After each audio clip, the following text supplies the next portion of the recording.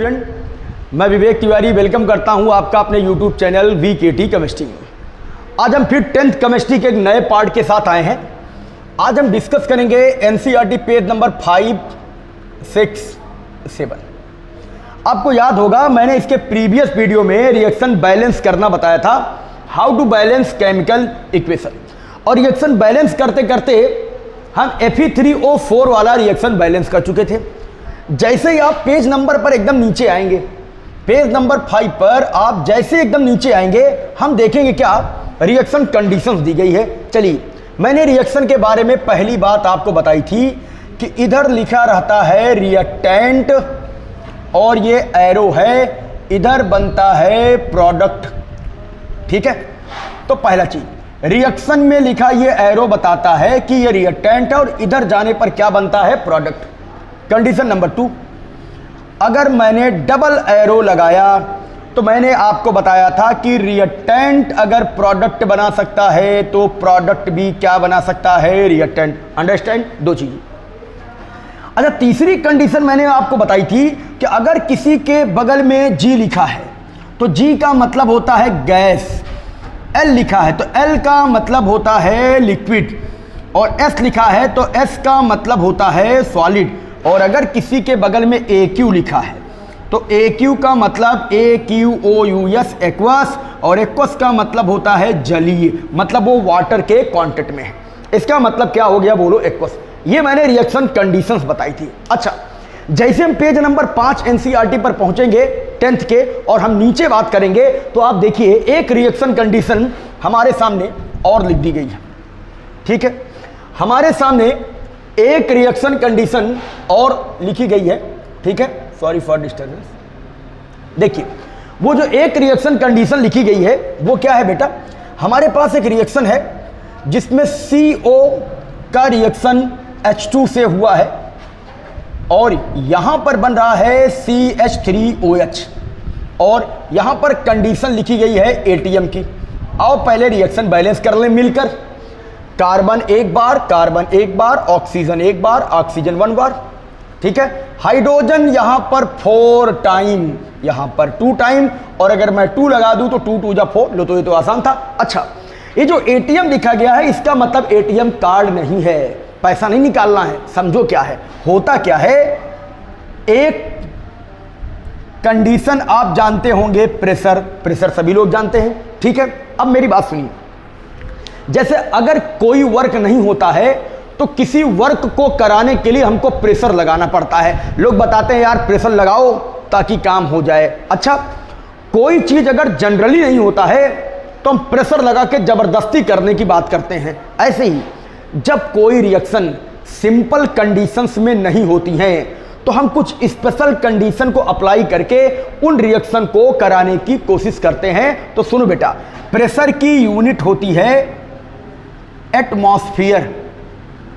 Atmosphere, इसी को short में ATM लिखा जाता है। तो सुनो, एरो के ऊपर ATM लिखा गया मतलब प्रेशर लग रहा है, प्रेशर लग रहा है। ATM हो गया, एक यूनिट बार होती है, एक यूनिट टॉर होती है, एक यूनिट पास्कल होती है, एक यूनिट किलो पास्कल होती है, एक यूनिट MHg होती है। इनमें से कोई आपको एरो के ऊपर लिखा दिखे, इसका मतलब प्रेशर लगा रहे हैं। अब समझो, जनरली ये बातें हम नहीं जानते हैं। अब मैं आपसे बात करने वाला हूं कि आखिर प्रेशर लगाते क्यों हैं बच्चा। देखो, अगर इतना बड़ा कंटेनर है और इसमें बेटा 4 मॉलिक्यूल हैं, तो सुनो, जब तक ये एक दूसरे से कोलाइड नहीं करेंगे, टकराएंगे नहीं, तब तक हमारा प्रोडक्ट बनेगा नहीं। ठीक है, अच्छा, क्योंकि ये दूर दूर हैं, अगर मैं प्रेशर लगा दूं तो यही चारों मॉलिक्यूल जितने दूर दूर थे ये सारे मॉलिक्यूल आ जाएंगे पास पास। लीजिए, अच्छा, पास पास आ गए तो क्या हुआ, कोलिजन की प्रोबेबिलिटी बढ़ गई। अभी जो 10 मिनट बाद टकरा रहे थे 2 ही मिनट में टकराना शुरू कर देंगे। जैसे कोलिजन की प्रोबेबिलिटी बढ़ेगी हमारा रिएक्शन होना भी क्या होगा, बोलो, बढ़ जाएगा। यही कारण है कि किसी रिएक्शन के ऊपर हम प्रेशर लिखते हैं, ताकि प्रेशर लगा दे, मॉलिक्यूल पास पास आए और कोलाइड करे और चट से क्या बना दे, बोलो, प्रोडक्ट। केमिस्ट्री ये कहती है कि 2 लोगों को रिएक्ट करने के लिए टकराना पड़ेगा और तभी क्या बनेगा, बोलो, प्रोडक्ट। अच्छा, एक कंडीशन और बताऊं, एक कंडीशन बेटा होती है टेम्परेचर की। अच्छा, टेम्परेचर की कंडीशन क्या है? अगर कभी एरो के ऊपर एच न्यू लिख दें, या एरो के ऊपर सनलाइट लिख दें, गौर करिए, या एरो के ऊपर डेल्टा का सिंबल बना दे, ये सब हीट को रिप्रेजेंट करता है, अच्छा, हीट क्या करेगा? अगर मैं इसका एरिया कम ना करूं और मैं इसको हीट कर दूं तो सारे मॉलिक्यूल की काइनेटिक एनर्जी बढ़ेगी, भागना शुरू कर देंगे, इधर उधर भागेंगे, कोलिजन ज़्यादा होगा, प्रोडक्ट जल्दी बन जाएगा। इसलिए एक रिएक्शन की कंडीशन टेम्परेचर भी होती है। हालांकि कैटलिस्ट की भी कंडीशन होती है, कंसंट्रेशन की भी कंडीशंस होती है, लेकिन वो हायर क्लासेस में हम पढ़ेंगे। तो आई होप आप समझ गए कि इस एटीएम का मतलब क्या है। ये प्रेशर लिखा गया है, इसकी वजह से हमारा रिएक्शन जल्दी होता है, रिएक्शन होने की प्रोबेबिलिटी क्या है? बढ़ती है। ठीक है, अच्छा चलिए लगे हाथ सनलाइट की बात कर लें। सनलाइट की तो हमारे पेज नंबर 5 के एकदम लास्ट में एक रिएक्शन दिया गया है, CO2 प्लस H2O, और यहां पर लिखा गया है सनलाइट, और यहां पर लिखा गया है क्लोरोफिल। क्या लिखा है? क्लोरोफिल।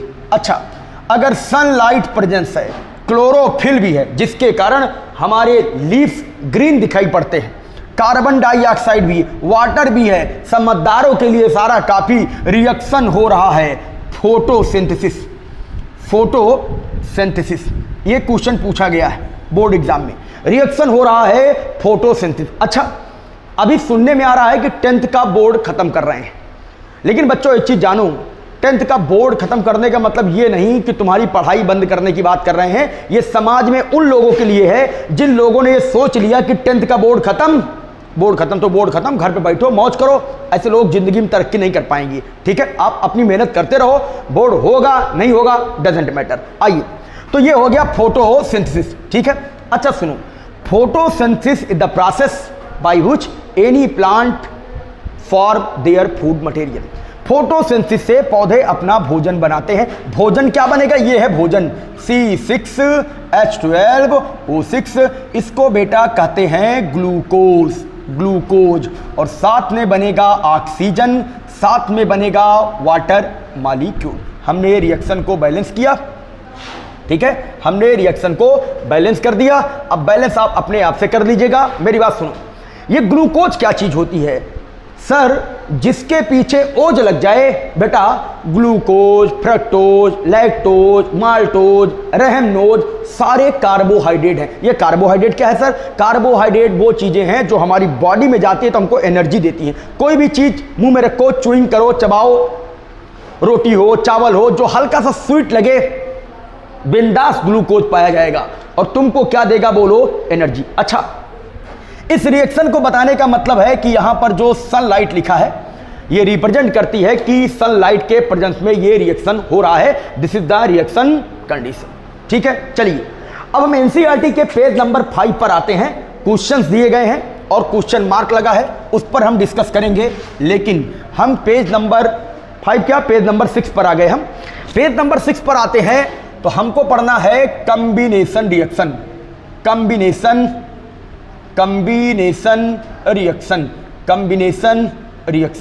ठीक है, इंपॉर्टेंट। इसी रिएक्शन को हम बोलते हैं एडिशन रिएक्शन। इसी रिएक्शन बच्चों हम पहुंच चुके हैं एनसीईआरटी पेज नंबर 6 पर, और हम डिस्कस करेंगे टाइप ऑफ केमिकल रिएक्शन। तो टाइप ऑफ केमिकल रिएक्शन में हमारे पास पहला रिएक्शन है कॉम्बिनेशन रिएक्शन, और हम इसी को बोलते हैं क्या? बोलो, एडिशन रिएक्शन। समझिए, पहले डिफिनीशन लिखते हैं। डिफिनीशन क्या है? If two or more then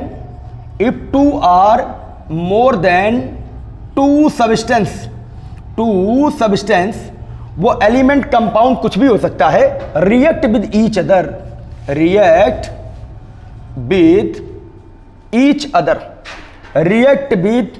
other and form only one product.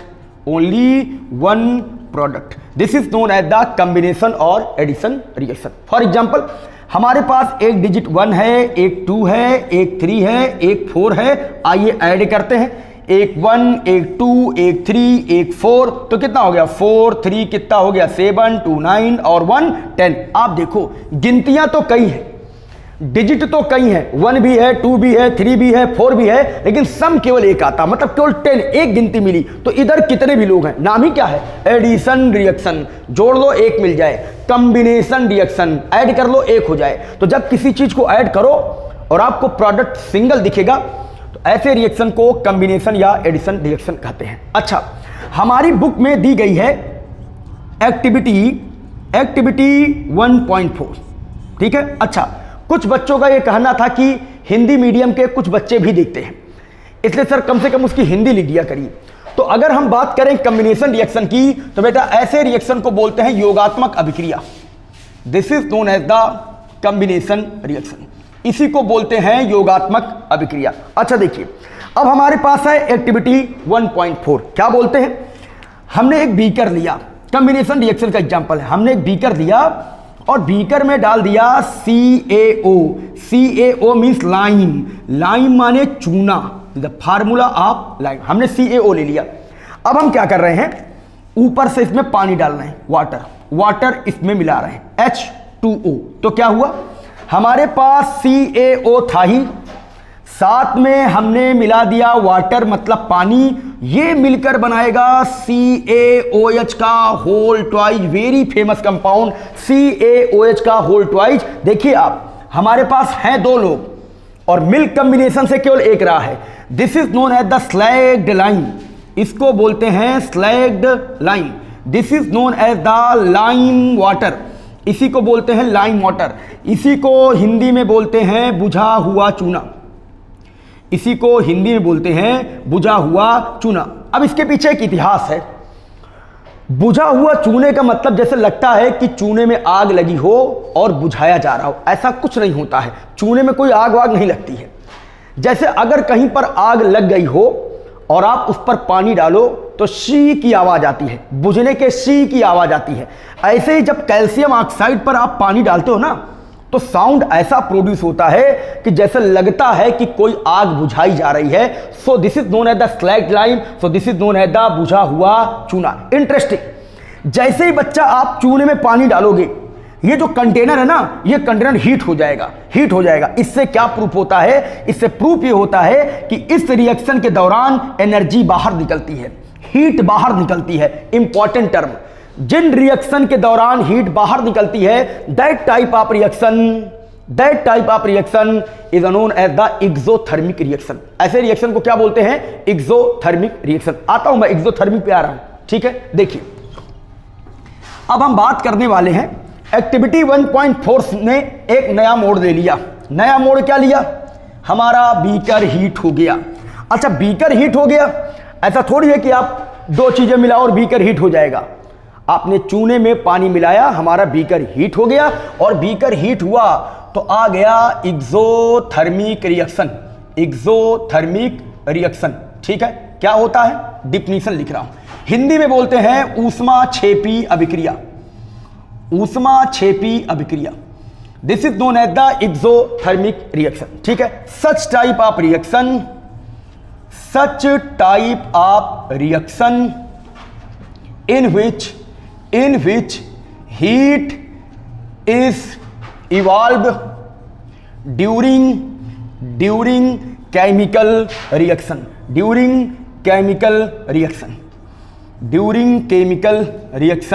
is known as exothermic reaction. Notes बनाते चलिए आप साथ साथ। मैं बोल रहा हूं, जिस रिएक्शन के दौरान हीट बाहर निकल जाए हम उसको एक्सोथर्मिक रिएक्शन बोलते हैं, जैसा कि अभी मैंने आपको बताया। अच्छा, एक चीज और, अगर मैं मेथेन का रिएक्शन बेटा ऑक्सीजन से करा दूं, इंपॉर्टेंट, अच्छा, किसी का भी रिएक्शन अगर ऑक्सीजन से होगा तो this is known as the combustion reaction. क्या बोलेंगे, कंबशन रिएक्शन।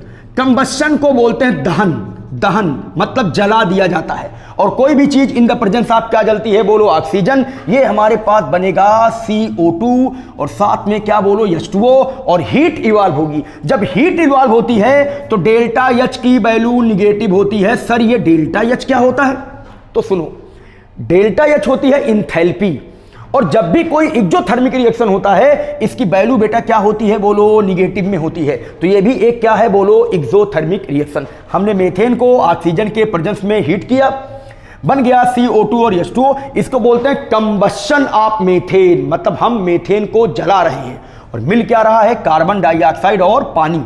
और इंथैल्पी की वैल्यू क्या आ गई बोलो, निगेटिव। अच्छा एक चीज और, हमारी बुक में जस्ट एक बात दी गई है कि respiration is exothermic process.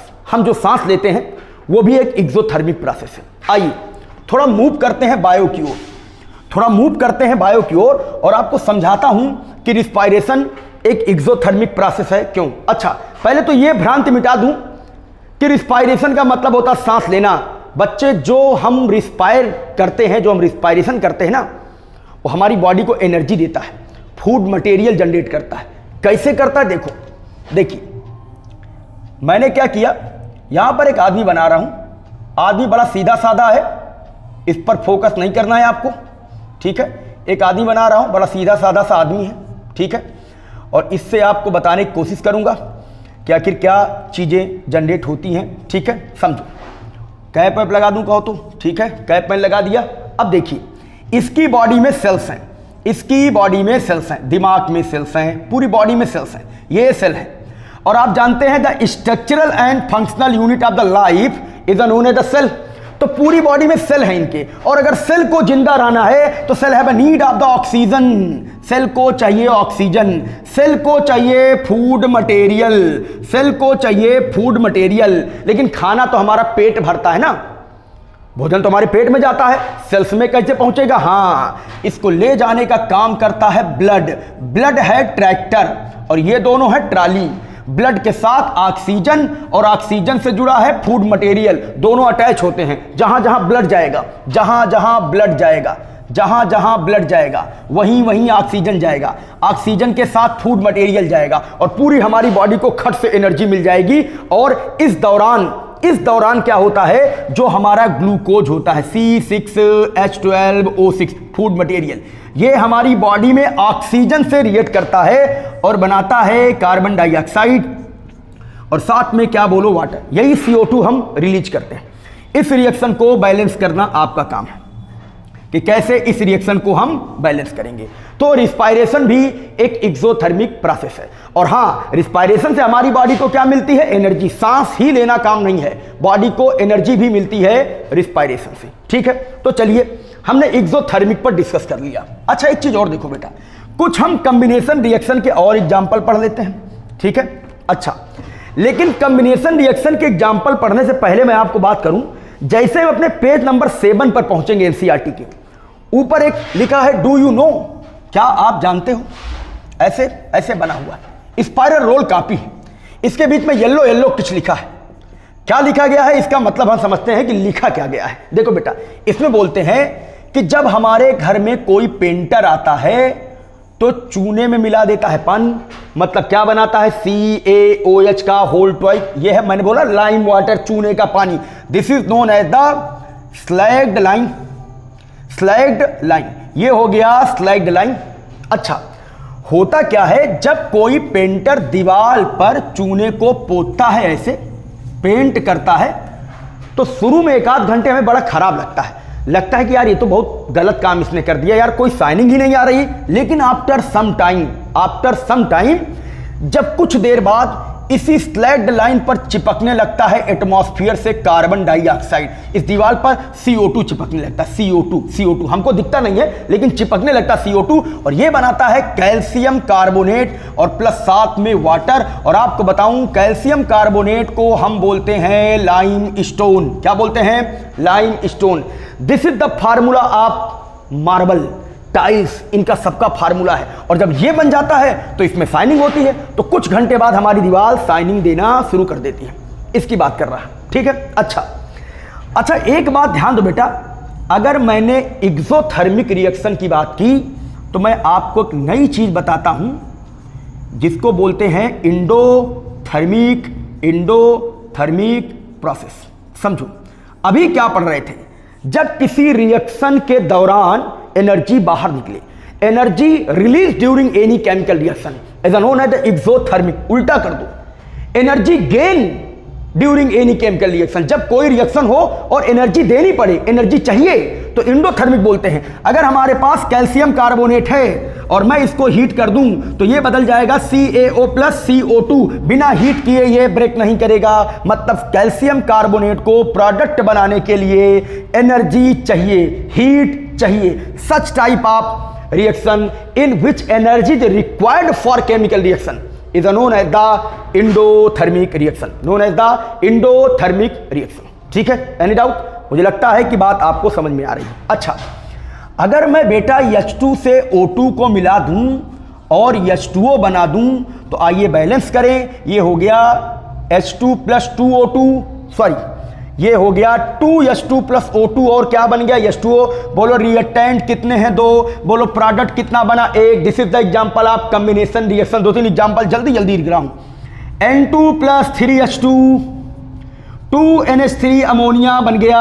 Product में कितना बना? 1। रिएक्टेंट कितने थे? 2। कॉम्बिनेशन रिएक्शन का example H2 plus Cl2, 2HCl बन गया। प्रोडक्ट में कितने लोग बने? 1। रिएक्टेंट में कितना है? 2।